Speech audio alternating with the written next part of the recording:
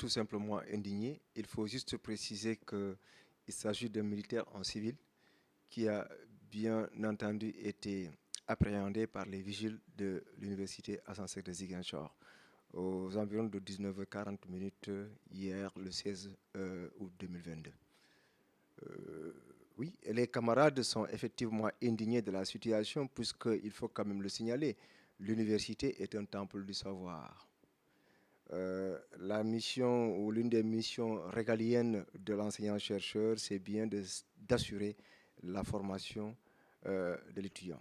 Alors, lorsque des chanvres indiens se retrouvent dans un tel espace, ça ne peut que créer de la frustration. D'abord, il faut en fait rappeler aux autorités compétentes que l'université est régie par une loi appelée la loi portant sur les franchises et libertés des universitaires.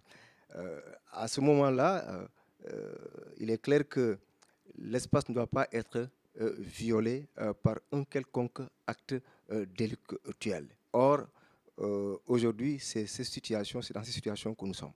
Donc, il va falloir véritablement travailler à clarifier ces situations, la tirer au clair, afin que tous les acteurs de l'institution, à savoir le père, le personnel d'enseignement, de recherche, le PATS, le personnel administratif, technique et de services, mais également les étudiants puissent travailler dans la quiétude et la paix. Lorsque les vigiles ont appréhendé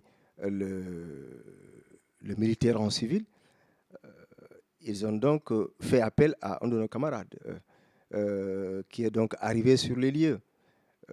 Il a immédiatement saisi les autorités rectorales. À partir de ce moment-là, les mises en cause, ou en tout cas le suspect, était en ce moment-là entre les mains, si vous voulez, des vigiles. Et immédiatement, ces autorités rectorales ont pris langue avec la police et en entraînant la police, le mis en cause a fait appel apparemment à ses supposés collègues qui sont venus à sa rescousse. Donc à ce moment-là, le camarade qui était là, qui attendait véritablement que la police arrive, a tout simplement insisté pour qu'on entende effectivement la police. Et là, apparemment, les camarades, ou en tout cas les collègues, les supposés collègues, n'ont pas voulu entendre cette oreille-là. Donc à ce moment-là, effectivement, ils ont eu à proférer des menaces. Mais je pense que l'intéressé même peut en apporter la clarification sur la nature des menaces qui ont été proférées. Je viens de rappeler cette loi portant sur les franchises et libertés universitaires. Il faudrait que l'administration comprenne que l'université, les forces de l'ordre doivent rester en dehors. Ça, c'est clair. Une loi est faite pour être respectée.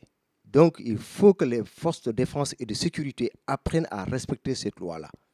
Donc, dès lors qu'il n'y a pas de problème au sein de l'université, il n'y a pas en tout cas un appel formel de la part de la personnalité morale de l'université, en l'occurrence le recteur, pour une intervention quelconque au sein de l'institution, ça, c'est quelque chose à condamner avec la dernière énergie.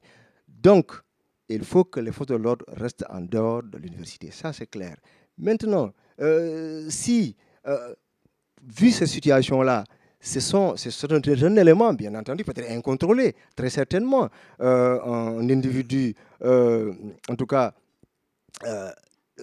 qui ne serait pas, en tout cas, recommandable, qui serait aujourd'hui en face de ces enseignants qui sont dans leur espace de travail et les menacer de surcroît, je pense que ça, c'est quelque chose véritablement à arrêter tout de suite parce que ça ne pourra que détériorer les relations, et je le signale, qui ont tout le temps été bonnes entre l'enseignement supérieur et les forces de défense et de sécurité.